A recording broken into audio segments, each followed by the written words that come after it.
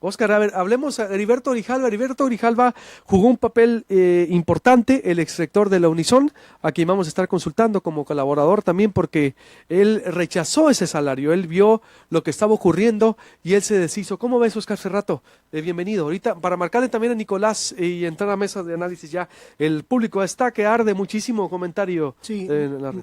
muy buenos días. Yo creo que esto hay que analizarlo en varias vertientes y creo que el tema del monto de la tarifa pues es algo que está a la luz pública y eso se tiene que debatir cuando tengamos los elementos técnicos los cuales dicen haber usado para determinar esa tarifa de equilibrio.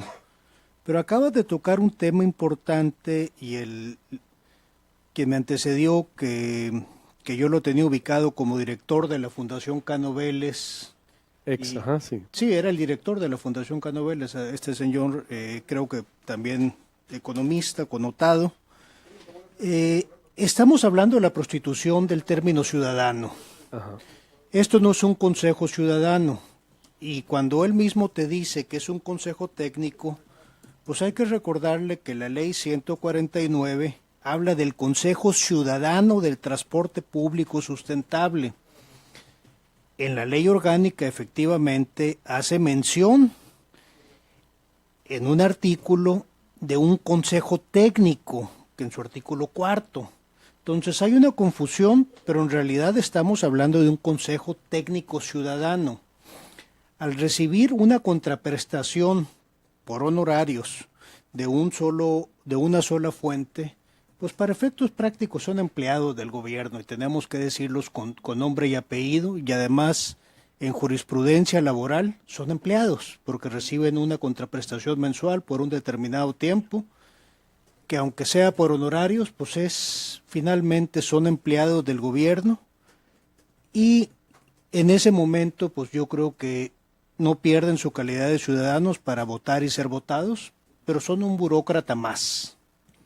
En ese sentido tenemos que entenderlo como tal. Y la otra parte, pues yo creo que es apabullante la declaración que dice que la mitad trabaja, ¿no? O trabaja en la mitad del tiempo, ya no entendemos. Ya lo admite, ¿eh? Lo admitió. Sí. La mitad trabaja. Sí. Es como la burocracia, dijo, el 50% trabaja. Y haz de cuenta que defendió al grupo que sí trabaja, que lo encabeza, Sí. hay que decirlo, pero pues, la mitad no trabaja. Sí, ahora, en cuanto a su trabajo, pues el tema de tarifas que hoy en día los tiene en el ojo del huracán, pues seguimos con una muy mala práctica de lanzar boletines de prensa en la tarde, ya que que todos los periodistas se fueron, y no salir a explicar o a defender, o en este caso a mostrar los elementos técnicos que el artículo 90 de la ley 149, que es la ley del transporte, les exige que tengan para ellos determinar una tarifa de equilibrio. 3 días después salen a dar a la luz pública, por los medios entendemos que 8 votaron a favor y 3 en contra. Bueno, no, ni siquiera tuvieron el valor de votar en contra, se abstuvieron. Que por cierto la ley no habla de una abstención, estamos en aquel absurdo que pasó en el Congreso con Samuel Moreno, que dijo que votó en contra y luego dijo no, me abstuve, y se hizo bolas. Aquí también andan hechos bolas porque no pueden defender lo indefendible. La ley es clara, ellos tienen que seguir un procedimiento para determinar una tarifa de equilibrio. Pero vamos dando un paso atrás, ¿cómo llegamos hasta aquí? En 2007, Me permites, porque Heriberto Grijalva sobre Sí. el consejo, porque vamos a hacer historia, yo también escribiendo en Imparcial, Sí. y también está Nicolás, están los dos. Heriberto Grijalva, qué gusto saludarte, el exrector del Unison, y a quien vamos a estar pues pidiendo la opinión de diferentes temas, si nos permite, porque pues él de alguna manera es alguien comprometido con la sociedad, tiene mucho que decir, que compartir, y además jugó un papel digno en esta transición, porque él renunció, que la Unison pues no tuviera ese sueldo. No sé si se quedó así, pero pues parte de que pues Heriberto precisamente no se dobló ante muchas cosas. Y Heriberto, ¿cómo estás? Bueno, te saludo con gusto, bienvenido, buenos días. Muy buenos días, Luis Alberto, muy buenos días a los Heriberto. compañeros y a todo tu auditorio. Bienvenido por acá, Heriberto, a Proyecto Puente, y a Nicolás Pineda también, que está en la Ciudad de México. Nicolás. ¿Qué tal, Luis Alberto? Buenos días. Estoy aquí en Hermosillo, pero estoy por teléfono. Bien, pensé que estaba, discúlpame, en la ciudad. Creo que los dos han escuchado muy bien toda lo que ha venido ocurriendo en este polémico arranque de semana y lo que ha emitido el Consejo. Y Heriberto, tú renunciaste, dices de origen, veías pues que el Consejo no era muy ciudadano, que la universidad no debía estar cobrando. Bueno, yo soy de la opinión, se lo manifesté al presidente con todo el respeto de este organismo, de este consejo, que la universidad participaba, pero ya parte de su encomienda es servir a la sociedad. O sea, las personas que la universidad propone ya tienen un sueldo de la sociedad, que de la universidad. Entiendo que pudieran tener alguna compensación, así lo hice saber, pero que no fuera de esas cantidades. Yo creo que en el caso de las instituciones de educación que participamos, es como parte del compromiso que tenemos con la sociedad, que lo que sí creo es que se tienen que hacer estudios, y eso sí se pueden hacer por parte de las instituciones y tener sus costos, ¿verdad? Pero son estudios que le puedan servir también. He escuchado parte de lo que se ha comentado. Creo que es importante tener una tarifa de equilibrio, pero luego ver qué se hace. Una cosa es la tarifa de lo que cuesta el transporte público, es un tema complejo, no soy especialista en ello, pero en ello tiene que ver el interés de la fuerza laboral para transportarse a su trabajo. En los países desarrollados desarrollan, válgame la redundancia, un transporte público eficiente, porque eso aumenta la productividad. Es interés de las empresas, es interés de los gobiernos tener un transporte público de calidad, y por eso, claro, se tiene que visualizar también el interés de los que prestan el servicio, pero no es un asunto de negocio, es un asunto en donde, bueno, de hecho, Luis Alberto, hay muchas empresas que pagan su propio transporte público y es más costoso. Si hubiera un transporte público de calidad que fuera subsidiado por empresas, por gobiernos, etcétera, para no subsidiar para quitar el costo nomás porque sí, es porque para mejorar lo que es la productividad, mejorar además de otra cosa que se pone como segundo término, pero quizás sea el primer término, la cuestión ambiental. Somos un país que está desarrollando, ante la deficiencia del transporte público, un gran uso del automóvil.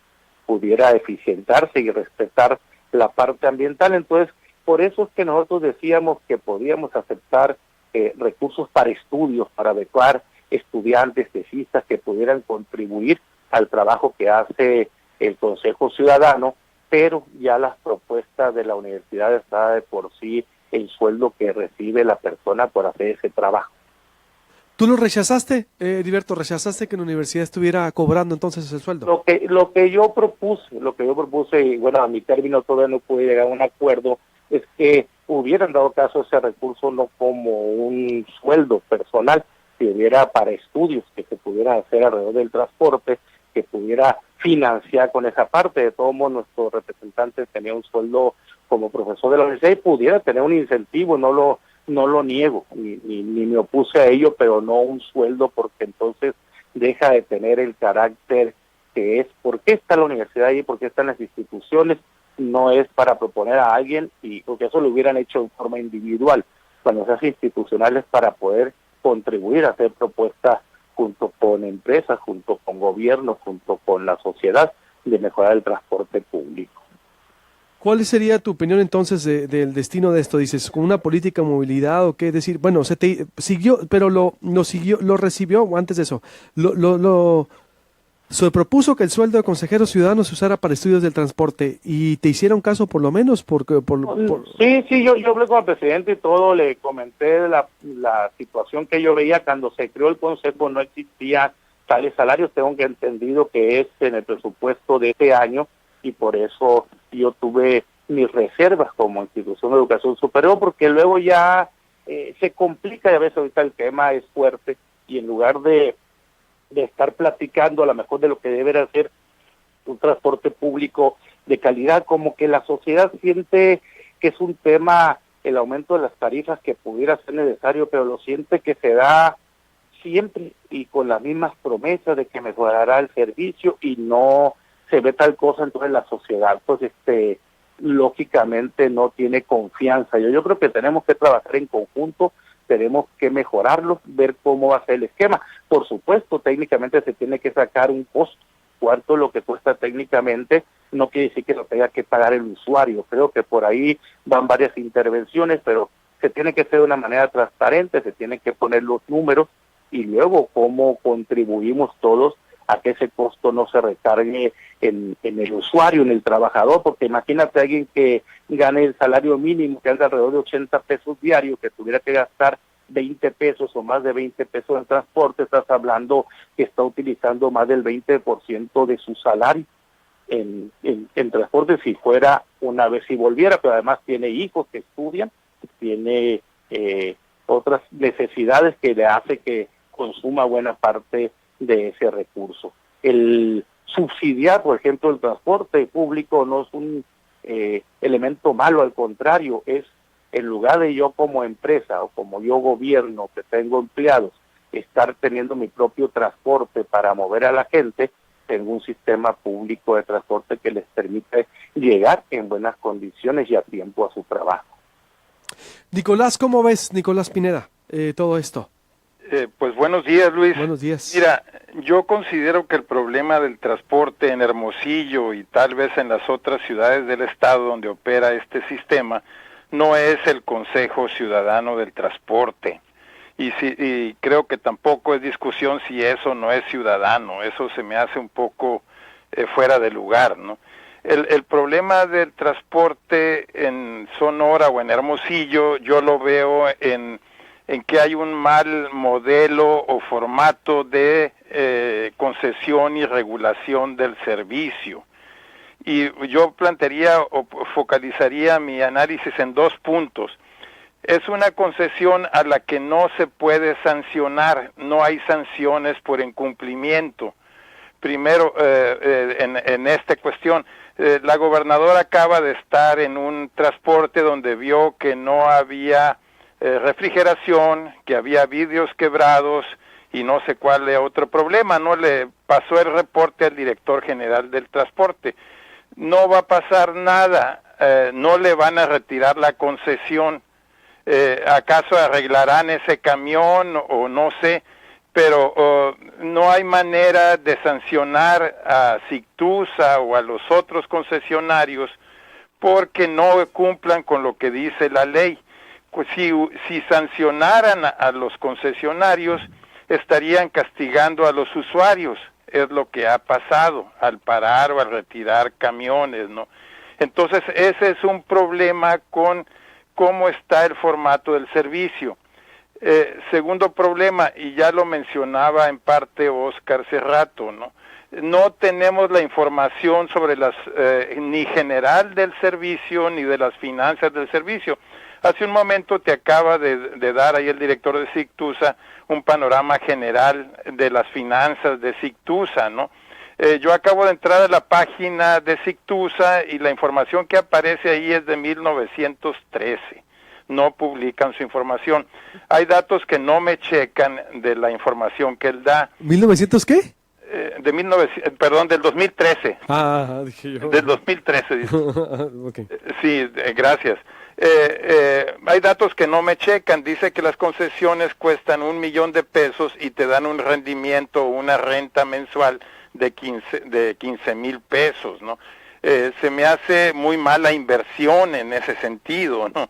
$1,000,000 te da por lo menos 70,000 pesos anuales, ¿no? Una cosa así en el banco, ¿no? O sea, sin hacer nada, ¿no?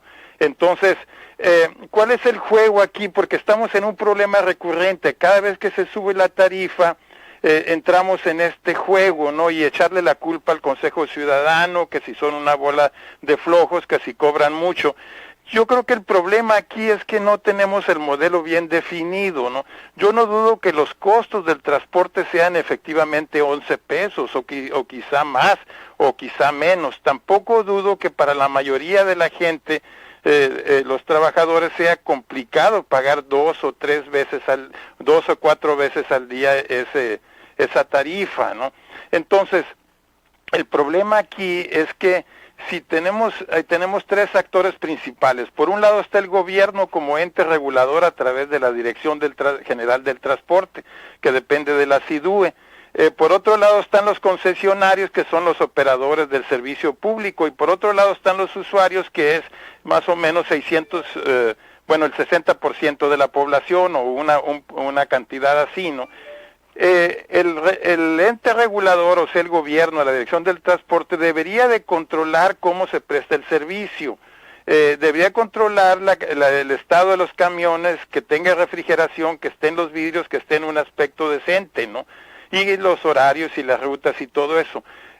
Actualmente los controla de manera muy parcial y no hay manera de sancionarlos si no lo hacen.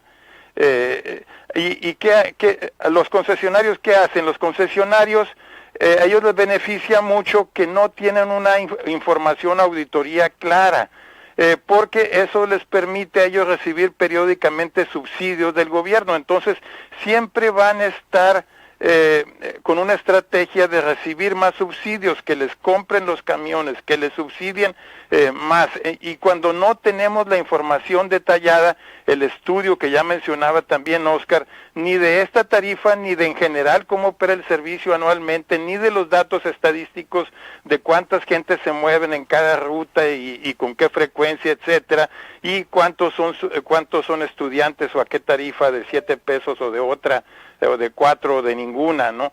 Entonces toda esa información a mí me dice que hay desorden en el transporte, ¿no? Y probablemente lo que debiera hacer el Consejo Ciudadano del Transporte es publicar sus estudios y poderlos estudiar y comentar y hacer del conocimiento público. Ahora, ¿cuál es el problema? El problema no es que digan que el transporte cuesta 10 pesos. Probablemente es cierto que el costo es de 10 pesos, el costo real. El problema es si se va a subsidiar la tarifa y cómo se va a subsidiar, porque si el dinero se los dan a los concesionarios, tanto anual, y si además les compran camiones, y si además les consiguen créditos blandos, o sea, además les perdonan las deudas de camiones, aquí estamos en un juego perverso. El subsidio se está yendo a los concesionarios, no se va a beneficiar a los usuarios del transporte, ¿no? Entonces tenemos que buscar un mecanismo en el que primero que garantice que los costos sean los más económicos posibles. Esto pudiera ser a través de mercado, con diferentes proveedores o diferentes tarifas al gusto, ¿no? La otra opción, eso sería un poco la opción de mercado, ¿no? ¿Cómo garantizar que el servicio sea accesible y asequible a la mayoría de la población o de los usuarios que tenemos, o incluso que se incremente el porcentaje de población que usa el transporte público? Otra opción es pues que lo preste el mismo gobierno, el servicio, ¿no? Que ya no tanto concesiones, sino crear una empresa pública que preste el servicio, y sabemos que el transporte sería concesionado, pero sería prestado por el mismo gobierno, pero subsidiado, ¿no? Ahora, otras son las opciones intermedias. El problema es que ahorita el intermediario del subsidio son los concesionarios, ¿no?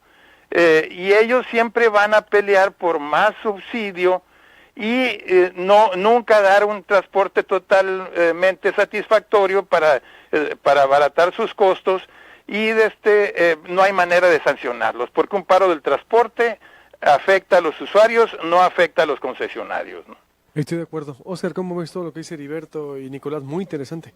Es muy interesante. Y aquí me gustaría acotar, manera de sancionarlo sí hay. La ley especifica un procedimiento de revocación de la concesión. Lo que no hay es voluntad para sancionarlos. Lo que estamos, y cuando decía que lo abordamos por parte, el tema ciudadano, lo único que hacen es, para quitarle el golpe político al gobierno, se lo mandan a un consejo ciudadano que podemos debatir si es técnico o no, y ahora la culpa es de los ciudadanos, que son los que proponen subir la tarifa, en una forma poco transparente. Ahora vamos hablando del punto medular, que es lo que menciona Nicolás y lo que menciona Heriberto Grijalva. Estamos hablando de un diseño institucional. ¿Por qué suceden las cosas? Primero, tenemos un monopolio, el transporte, otorgado a una empresa que se hizo en época del gobernador Bursa, en 2007, que se pasó de hombre camión a una empresa monopolio por ciudad. con toda la controversia de quién vendió los camiones y todo lo demás que sucedió en aquel momento.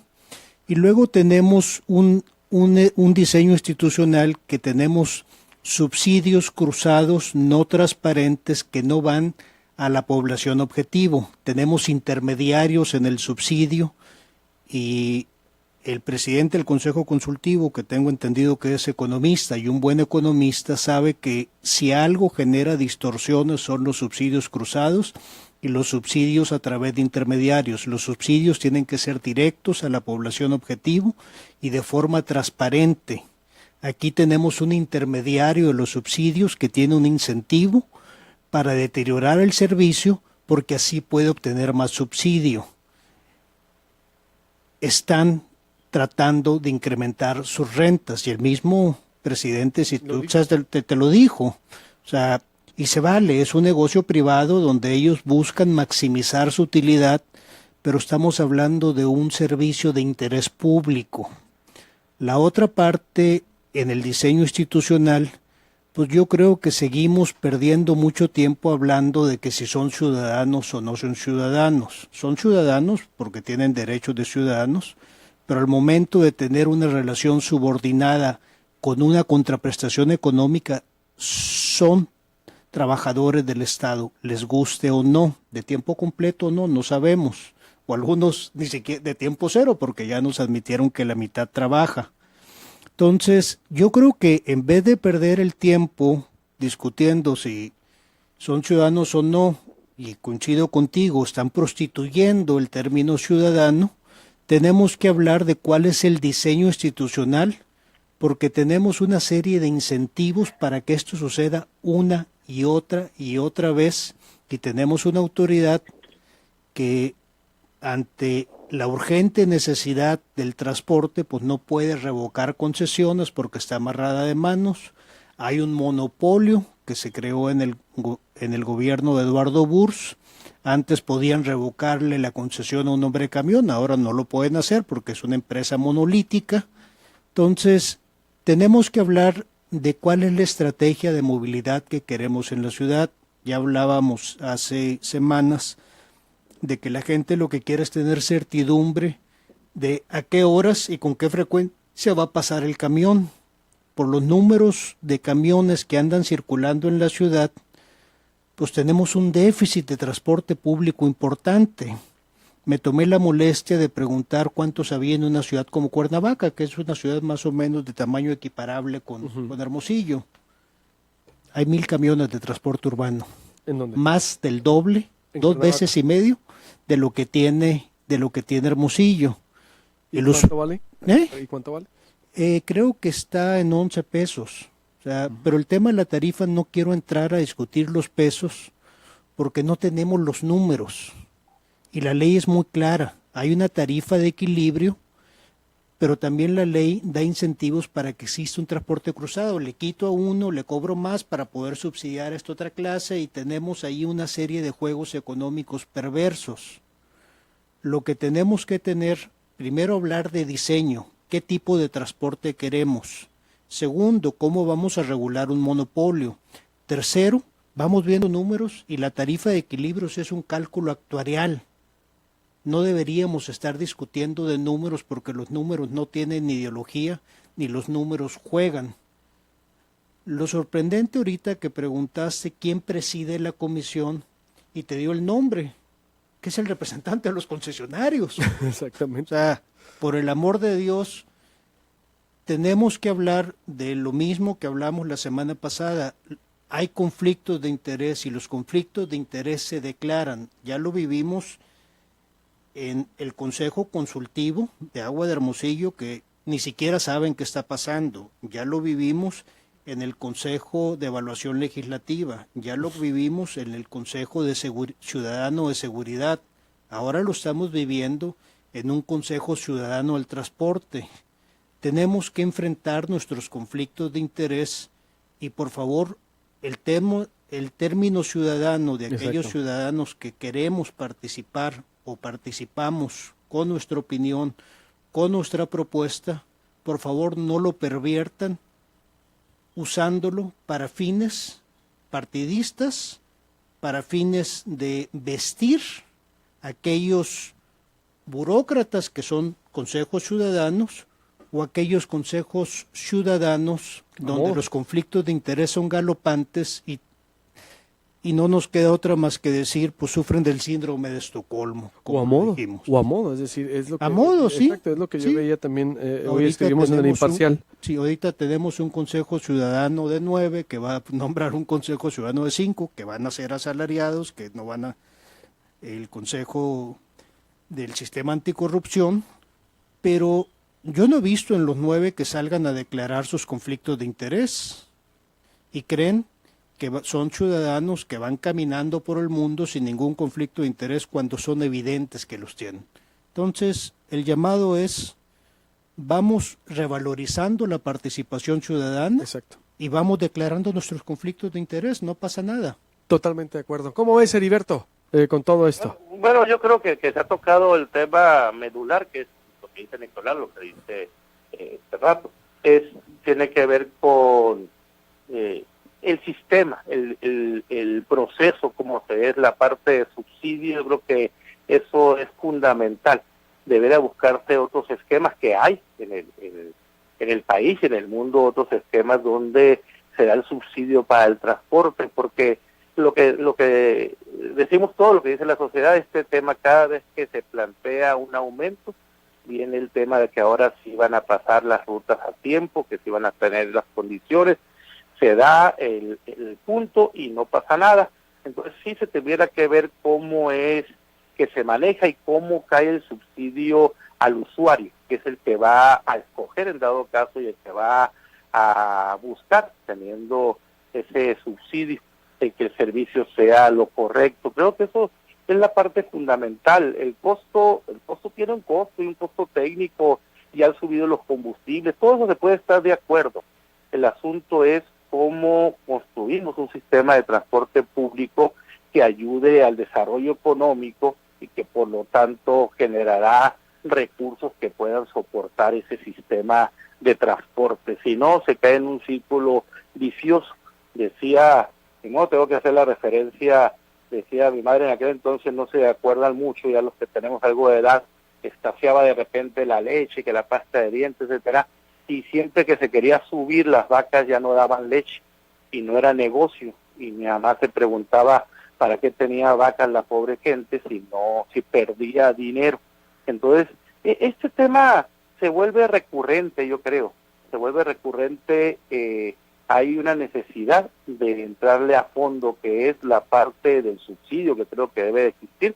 Tiene que haber la tarifa y tiene que haber el costo de equilibrio, por supuesto, económicamente, pero cómo se rompe esa parte, que sean los concesionarios los que reciben el subsidio, que teóricamente, si ustedes revisan, hace años era para tener mejor transporte público, porque iban a cumplir un reglamento, y todos lo sabemos que no se cumple, y se vuelve un problema, como dice Nicolás, de que ahora hacer la sanción resulta que de repente te pueden parar todo el transporte público, y otra vez el que está en problema es el usuario, la gente. Entonces tenemos que buscar modelos. Yo creo que esa parte el Consejo Técnico lo que tiene que hacer, y no necesariamente ellos, yo repito eso, tiene que ser por expertos que haya tanto en el sector público como privado, que pudiera hacer las propuestas de tener un transporte público moderno, eficiente, y que sea costeable, por supuesto, pero que tome en cuenta todos los factores, tanto de mercado como sociales, para poder mejorar y tener desarrollo económico. Muy bien, excelente, Heriberto, en verdad, escucharte, te agradezco mucho, te estaremos consultando. Muchas gracias. Con estos temas de interés, tienes mucho que aportar a la sociedad sonorense, con todo pues tu paso ahí con la universidad, con toda la experiencia que traes, y si nos los permites te vamos a estar dando lata en este cuerpo ciudadano de académicos y especialistas, que pues necesitamos hacer las cosas diferentes, y quién mejor que los especialistas y expertos como ustedes, Heriberto. Con mucho gusto, y al servicio, al final de cuentas uno está al servicio de la parte social. Eso es algo que refrendo.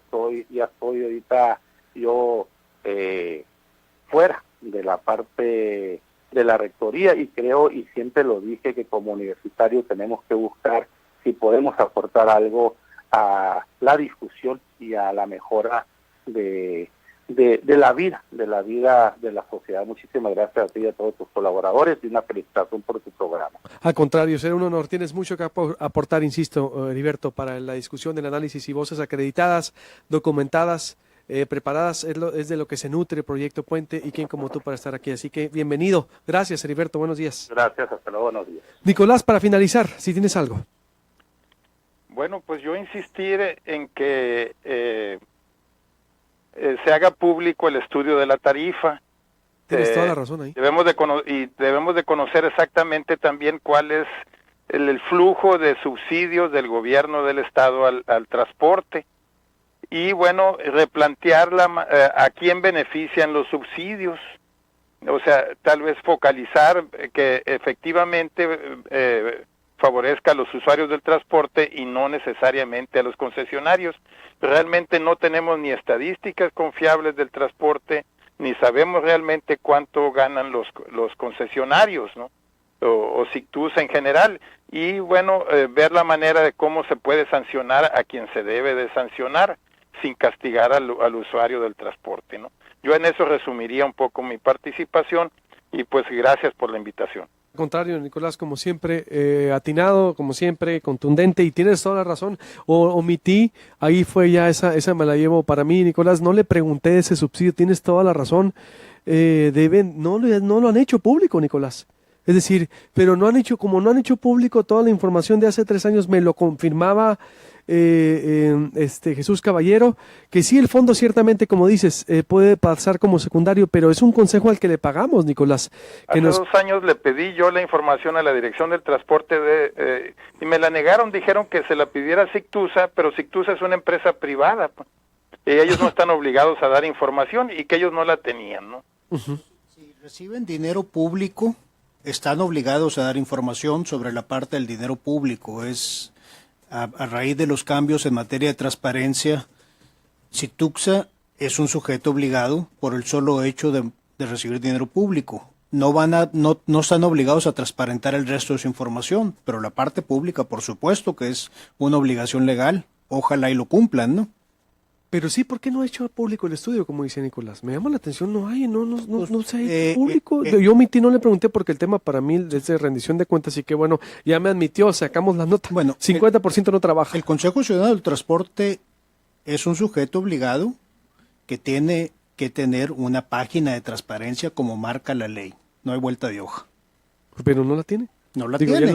También lo admitió, estamos en un proceso, 3 años. Estaba como abandonado también, esto es lo que dice Jesús, insisto. Que le doy crédito a quien sí trabaja, entre ellos él, el presidente, pero terrible esto. Es un hombre competente, comprometido, simple y sencillamente ahora en la faceta pública, pues tiene que cumplir la ley como cualquier funcionario público, ¿no? Uh-huh. Totalmente de acuerdo, Oscar. ¿Algo más entonces para cerrar? No, excelente. Muy buen día y que sea una muy buena semana esta. Uy, pues va a ver. Nicolás, un abrazo, gracias. Gracias, buen día a todos. Buenos días, déjenme leer, tengo, en verdad, pareciera que estamos en un día normal de abril, de marzo, muchísima audiencia, muchos comentarios, Facebook, Twitter, WhatsApp. David Ruiz, principio básico de cualquier empresario, si no te deja, te vas, que no, debe haber más de un interesado en una concesión de transporte. Rarísimo, ¿no? Oscar, exactamente eso. Clara, no sabía que existe este consejo que se supone trabaja para el ciudadano de a pie, pero ahora sí que literal, porque así como va, ni para camión alcanzará.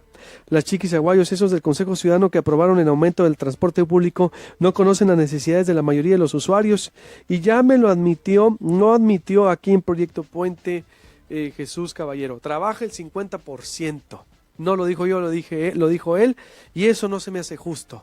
Por ahí deberíamos empezar, y por eso dice la gobernadora, this is not over till not over, no, esto no se acaba hasta que se acaba, dijo, no acá hay todavía el último out, porque pues deben analizar, es decir, no hay una posición todavía firme del Estado, porque dice la gobernadora, se debe analizar todavía y debatir más el tema, y es lo que estamos haciendo, debatirlo, porque si hay ya una decisión de incrementar y con un consejo que aprueba una tarifa, sale cada medio año, sabemos del consejo, cada medio año y sale a anunciar tarifa de transporte, y con sueldos de 35,000, que es un sueldo de un académico, un sueldo muy bueno con 35,000 pesos. Yo creo que la Bueno, dice gobernadora- 22,900 netos. Sí, pero descontando impuestos. La Sí. gobernadora está haciendo un ejercicio responsable pidiendo que reconsideren, porque pues todo parece ser de que no han logrado producir la información de este estudio técnico como marca la ley, el artículo 90 de la ley del transporte.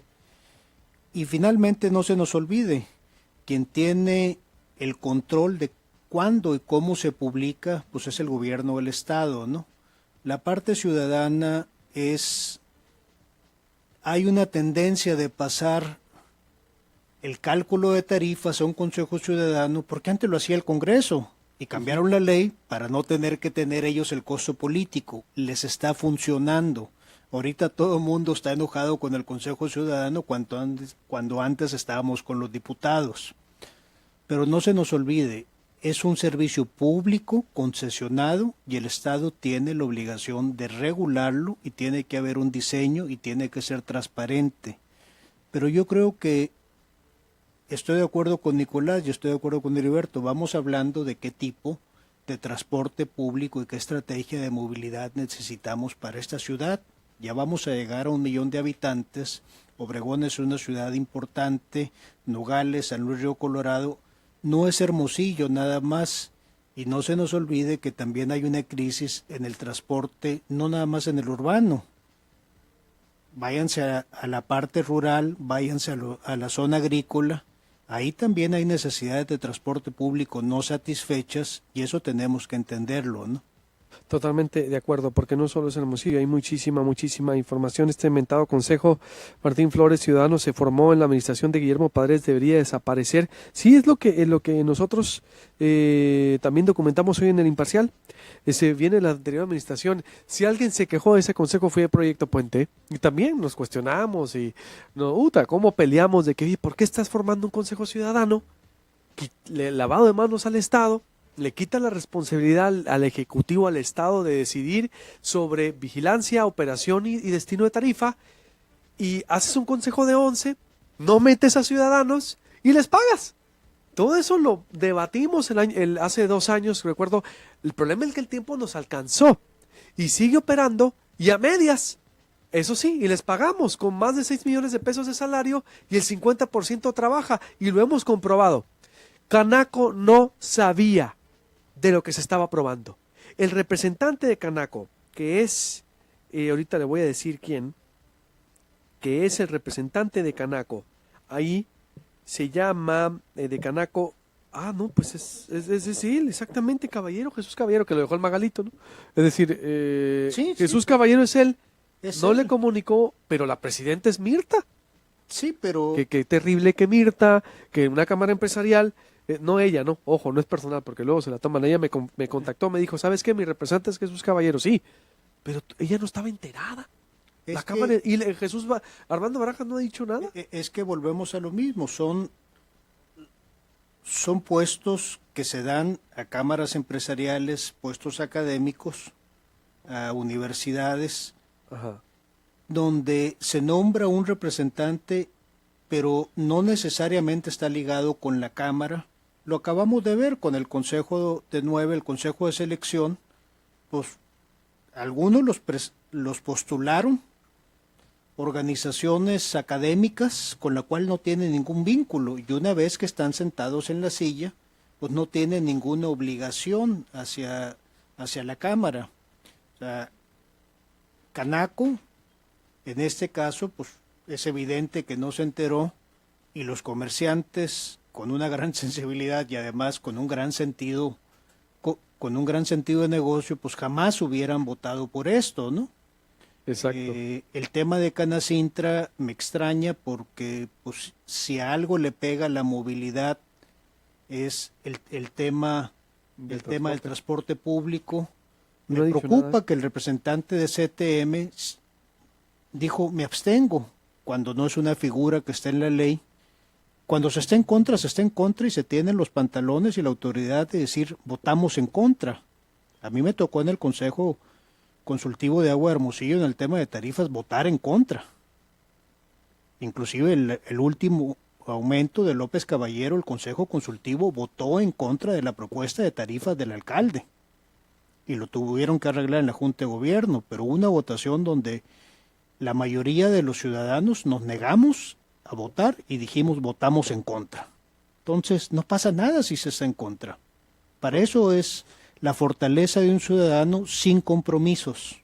Plenamente de acuerdo, Oscar Cerrato, como siempre.